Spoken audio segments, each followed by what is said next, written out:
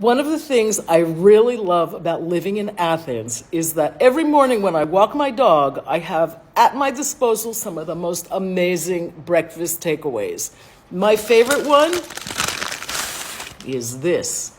This is a tiropita, but it's not your typical tiropita. You might know that as cheese pie. This one's not made with flaky phyllo. This one is called Kourou. It's one of a dozen or so different types of cheese pies. And let me show you how that looks. It's got this beautiful bready pastry that's pretty rich. Egg, yogurt, olive oil, butter, flour, salt, all of that goes into the dough, part of the pie.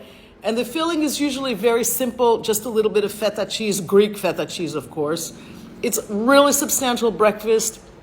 It keeps me going all day. Usually there's egg wash on the top, so it's nice and shiny. You can see that. And it's one of the best handheld foods you can pick up on the streets of Athens.